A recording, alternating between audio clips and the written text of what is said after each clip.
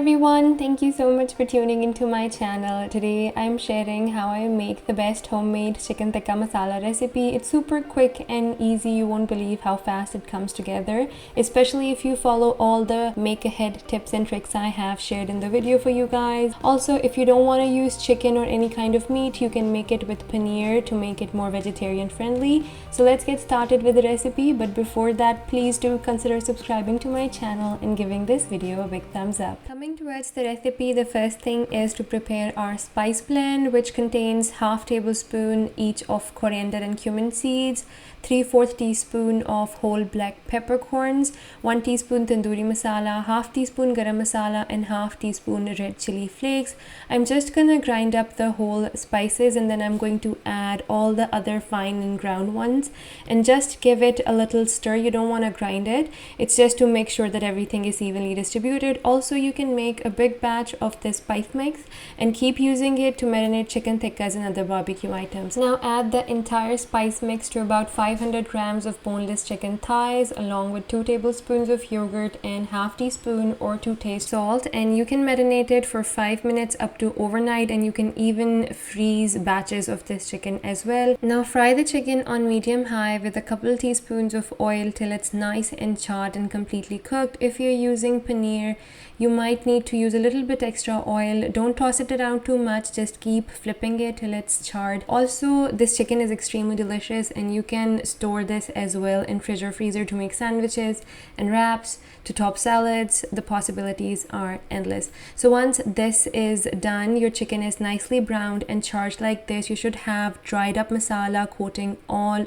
over it. So this is when I'm going to dish it out, and in the same pan I'm going to start preparing the gravy. We're going to use all the flavors and all the bits and pieces left in the pan. I'm using a cast coated pan, so I add oil or ghee on as required basis. I'm adding in about 1 medium sized onion which is finely chopped, and I'm gonna cook it till it's a little bit translucent. Also, I'm adding in about a tablespoon of ghee followed by half a tablespoon of ginger garlic paste.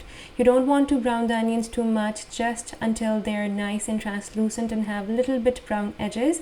Now I'm adding in about 2 to 3 tablespoons of water followed up by 1/4 teaspoon turmeric powder and half teaspoon of coriander and chili powder each. Feel free to add more chili powder if you want a spicier chicken tikka masala. Once the water has been evaporated, that's when I'm going to be adding in about half a cup of tomato puree. If you want to make it faster, you can use tomato paste because that is already reduced, but since it is so concentrated, you don't want to use more than 2 to 3 tablespoons tomato paste. My rule of thumb is half the amount of tomato paste as compared to tomato puree.